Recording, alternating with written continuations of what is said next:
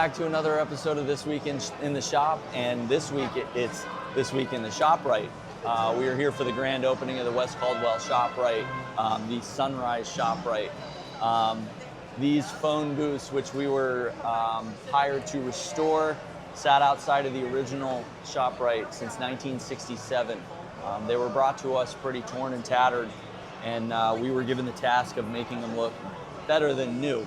That required us to sign up with Reversion Raceworks. I'm here with Tyler from Reversion Raceworks, and the cabinets we stripped down, pulled the glass out, fixed the hinge mechanism, took the glass out like I had mentioned, and we repainted the cabinets. However, we were not equipped in shop to restore the tops. The tops up here are completely brand new, and Tyler can explain what he did to re-engineer the tops to make them look better than new. Yeah, so Max and I came down to Blue Sky and we 3D scanned these tops, and we tried to do the best we could with working around the rust and any damage. But with all the data we collected, we were able to take all the missing components and create new ones that you obviously see here. We used a mix of technology, obviously going from 3D scanning to CAD design, where we built the entire thing on the computer. We took the parts from SolidWorks, sent them over to Sencut Send, where we were able to make all the sheet metal, do the bending, and then we even sent the tubes to Oshcut, where they were able to laser cut those as well, and pretty much make puzzle pieces for the guys over at Blue Sky to assemble and do a beautiful job painting them. So from there, once we got all the pieces from Reversion Raceworks, we took all the pieces and our crew put them together.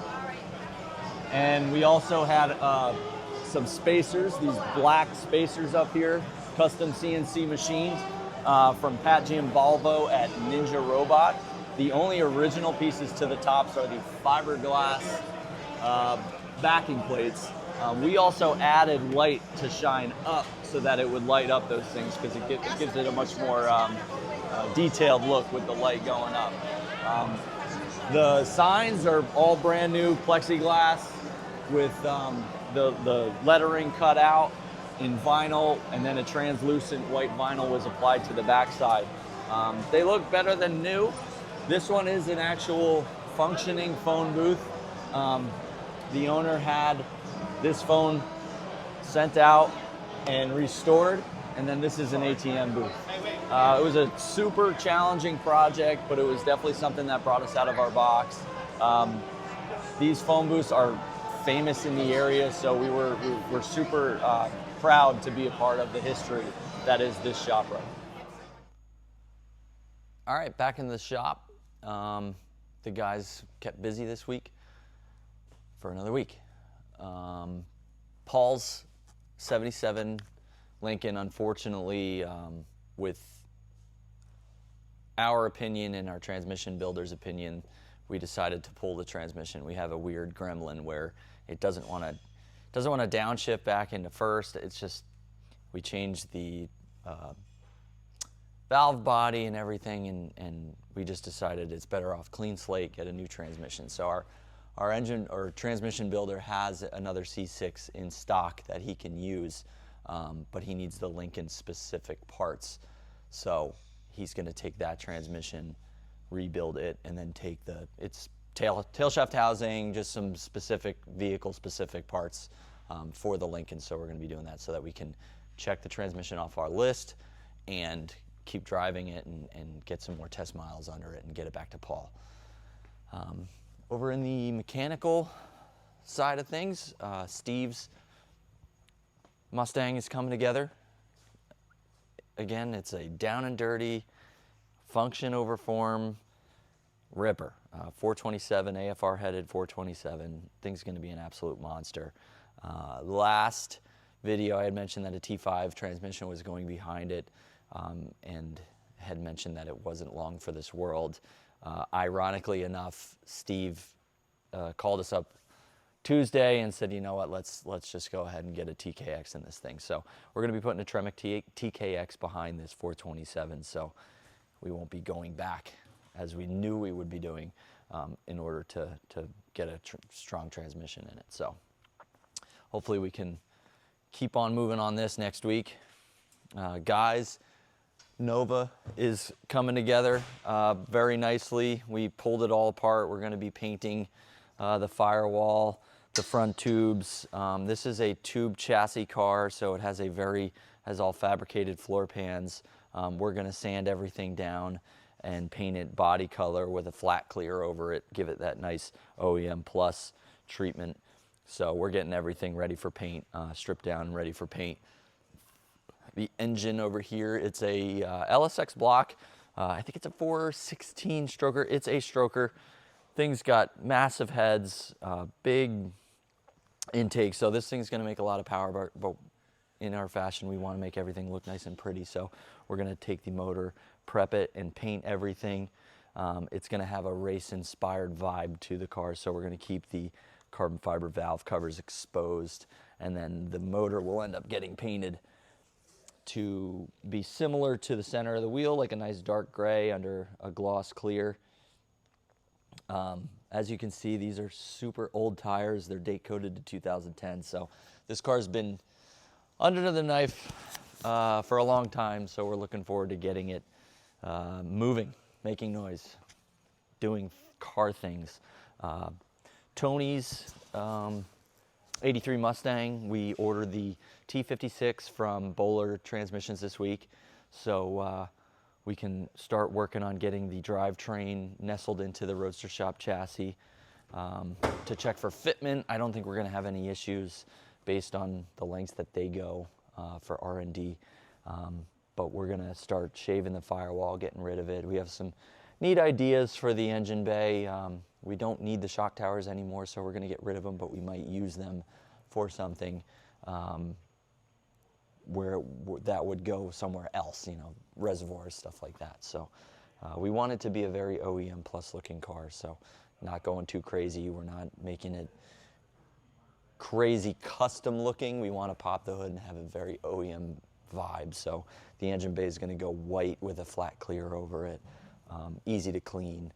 Looks really nice when it's done. So over in the dyno cell, I finished the exhaust this week on Justin's 79 F250.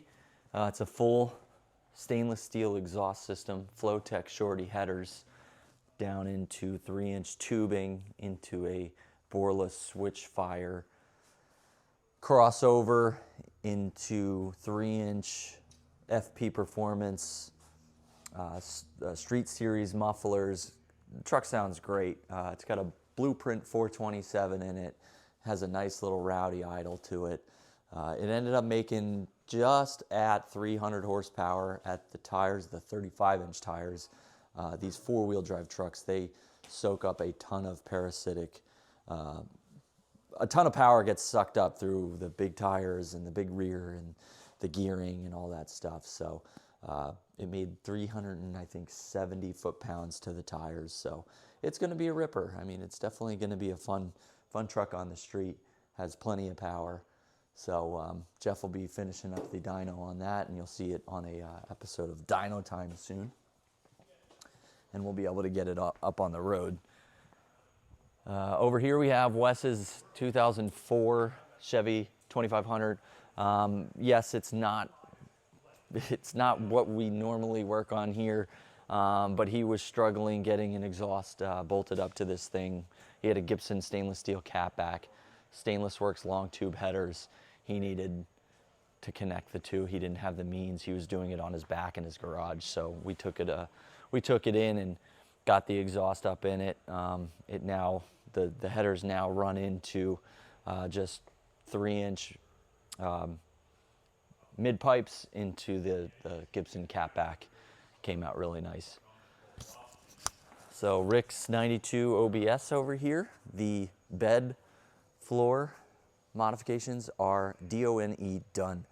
A lot of time went into making it fit and finish really nice, and our new game plan, sometimes these projects kind of change as we go, but the new game plan is to undercoat, or I should say bedline the inside of the bed.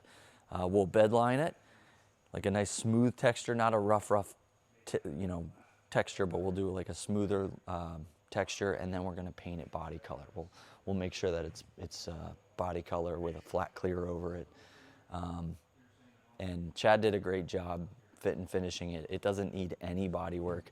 As you can see, the transition into the original bed floor into the trapezoid came out super, super nice. There's zero prep work, so we're just gonna have to sand it down, epoxy prime it, bed line it, and it's good to go. So that's essentially a finished product in here. And then we'll be able to move on to the exterior modifications of the truck. We're gonna be coming and putting in a rear diffuser that's gonna be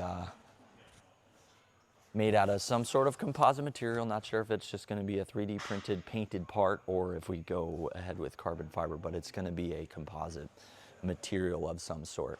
We're gonna be working with Tyler at Reversion Raceworks, as you saw in the beginning of this episode.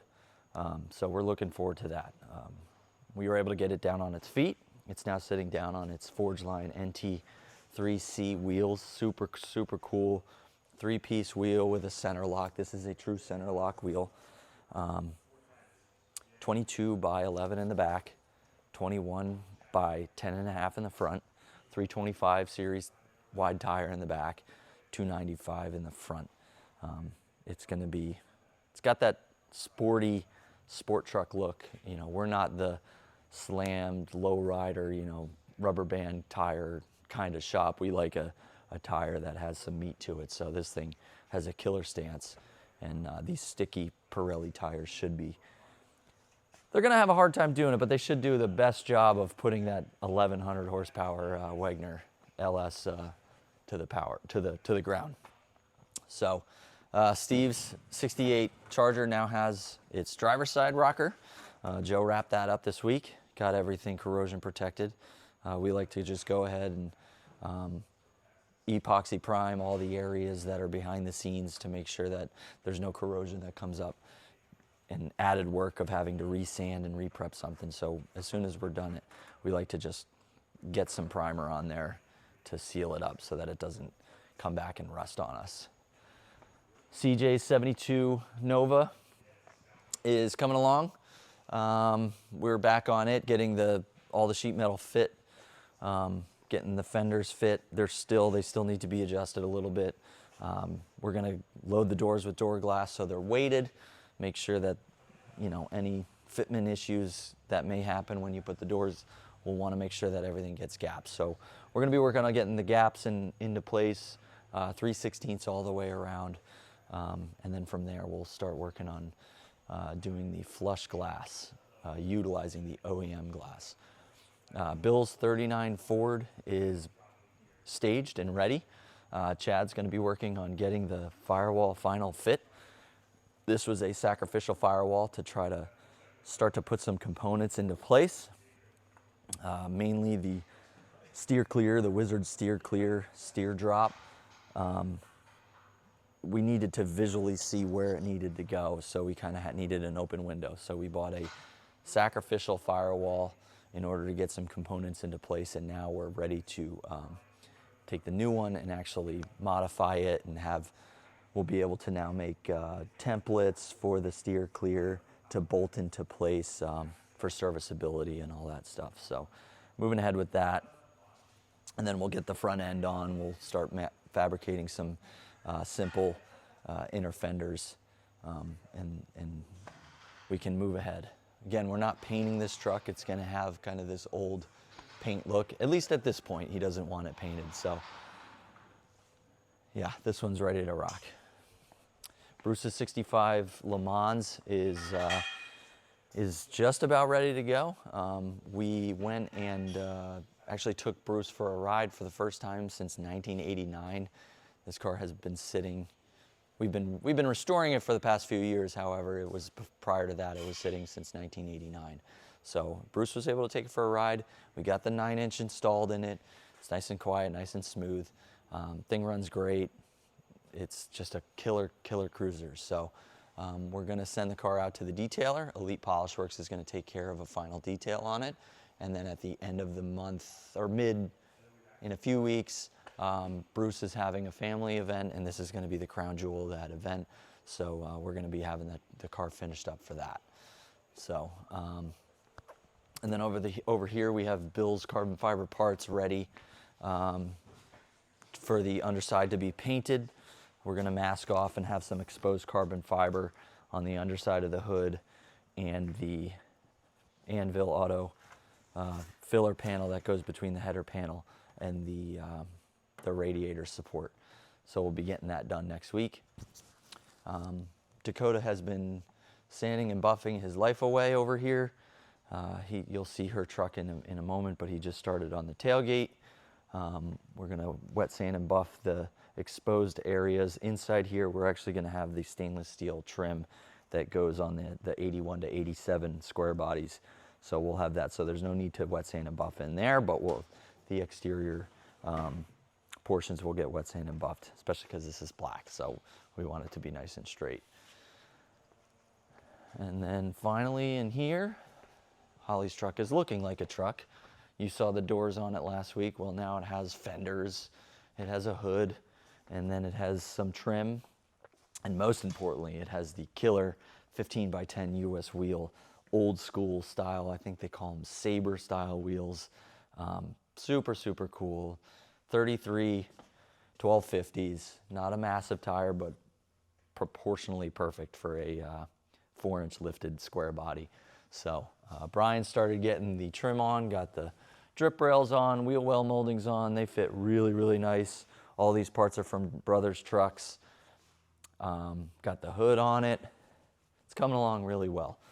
We have pretty much all the trim for the truck, so Brian's going to continue on getting this truck back together next week, and I think we're on track to complete this by the end of November. It's now towards the end of October, so in about a month we should have this thing pretty much all dialed. So that about wraps up everything for this week in the shop. Feel free to subscribe and follow along as we get progress done on all these projects in the shop. You can watch me fumble over my words because I'm not a professional public speaker, although I try to be. So yeah, keep on watching and appreciate it, and we'll see you next time.